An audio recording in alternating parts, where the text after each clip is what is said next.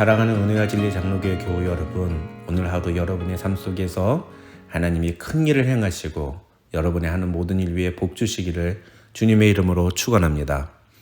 오늘 새벽에 만나 본문은 사무엘하 7장입니다. 그 중에 1절부터 17절을 제가 읽어드리겠습니다. 여호와께서 주위의 모든 원수를 무찌르사 왕으로 궁에 평안히 살게 하신 때에 왕이 선지자 나단에게 이르되 볼지어다 나는 백향목 궁에 살거늘 하나님의 궤는 휘장 가운데에 있도다. 나단이 왕께 아뢰되 여호와께서 왕과 함께 계시니 마음에 있는 모든 것을 행하소서 하니라.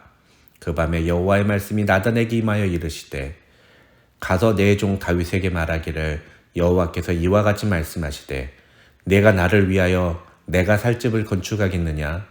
내가 이스라엘 자손을 애굽에서 인도하여 내던 날부터 오늘까지 집에 살지 아니하고 장막과 성막 안에 다녔나니 이스라엘 자손과 더불어 다니는 모든 곳에서 내가 내 백성 이스라엘을 먹이라고 명령한 이스라엘 어느 지파들 가운데 하나에게 내가 말하기를 너희가 어찌하여 나를 위하여 백향목집을 건축하지 아니하였느냐고 말하였느냐.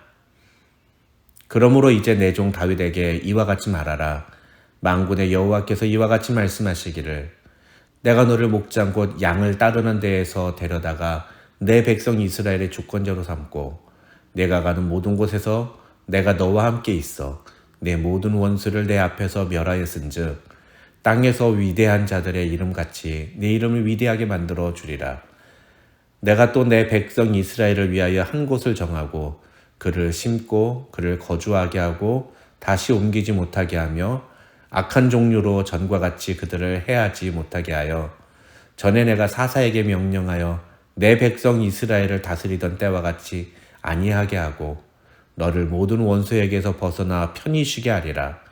여호와가 또 내게 이르노니 여호와가 너를 위하여 집을 짓고 네 수완이 차서 네 조상들과 함께 누울 때에 내가 네 몸에서 날 네 씨를 네 뒤에 세워 그의 나라를 견고하게 하리라. 그는 내 이름을 위하여 집을 건축할 것이요 나는 그의 나라 왕위를 영원히 견고하게 하리라. 나는 그에게 아버지가 되고 그는 내게 아들이 되리니 그가 만일 범죄하면 내가 사람의 매와 인생의 채찍으로 징계하려니와 내가 내 앞에서 물러나게 한 사울에게서 내 은총을 빼앗은 것처럼 그에게서 빼앗지는 아니하리라. 네 집과 네 나라가 내 앞에서 영원히 보존되고 네 왕위가 영원히 견고하리라 하셨다 하라. 나단이 이 모든 말씀들과 이 모든 계시대로 다윗에게 말하니라. 오늘 본문인 사무엘하 7장은 여호와께서 주위의 모든 원수를 무찌르사 왕으로 궁에 평안히 살게 하신 때라는 말로 시작합니다. 처음 사울에게 등용되어 왕궁으로 출입하기 시작한 후부터 지금까지 약 20년 동안 다윗은 정말 평안과는 거리가 먼 삶을 살았습니다. 그런 다윗이 이제 온 이스라엘의 왕으로 즉위하고 그래서 예루살렘을 자신의 성으로 삼은 후에 하나님은 비로소 다윗에게 평안을 허락하셨습니다. 다윗에게 있어서 지난 20년은 어찌 보면 하나님의 시험 무대라고 할 수 있습니다.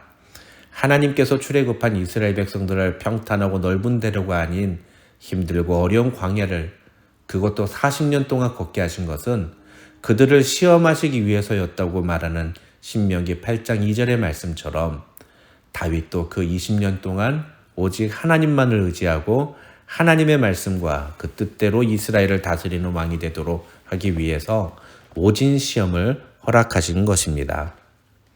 성경에 이런 예는 얼마든지 있습니다. 요셉이 애굽에서 보낸 13년이 그 시험 기간이었고 욥이 모든 것을 잃고 고난 가운데 있었던 시간들이 바로 그 시험 기간이었습니다. 그러나 다윗을 비롯하여 이러한 성경의 인물들은 그 시험 기간을 잘 통과함으로 하나님의 큰 축복을 경험하였습니다.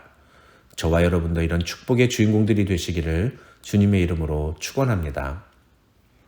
하나님이 그렇게 다윗에게 복을 주셨을 때 다윗은 한 가지 생각이 들었습니다. 2절을 보시면 다윗은 나는 백향목에 살거늘 하나님에게는 휘장 가운데 있도다 라고 말합니다. 자기는 향기나는 백향목으로 지어진 궁궐에서 살고 있는데 하나님의 임재를 상징하는 법궤는 볼품없는 천막 속에 있다는 겁니다. 얼마나 그 생각이 갸륵하고 아름답습니까? 그런데 그런 다윗의 생각에 대해 하나님이 뭐라고 대답하십니까? 그 내용이 5절부터 16절까지의 내용입니다. 이 내용을 한 줄로 요약하면 다윗이 하나님의 집을 지어주는 게 아니라 하나님이 다윗의 집을 지어주시는 분이라는 겁니다.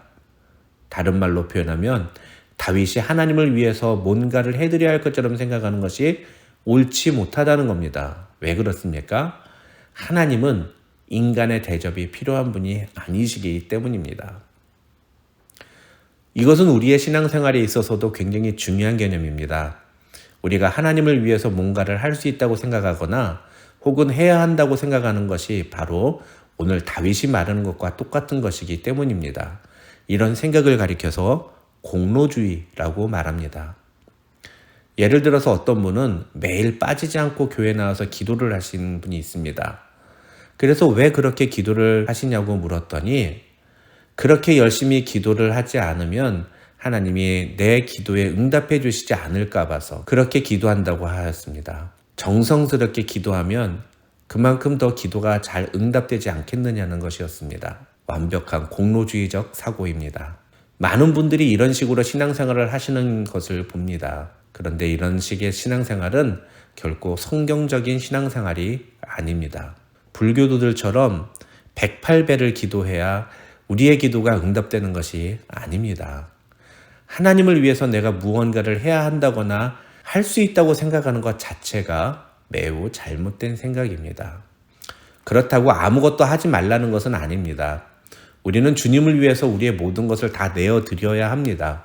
주님께 가장 귀한 것을 드려야 합니다.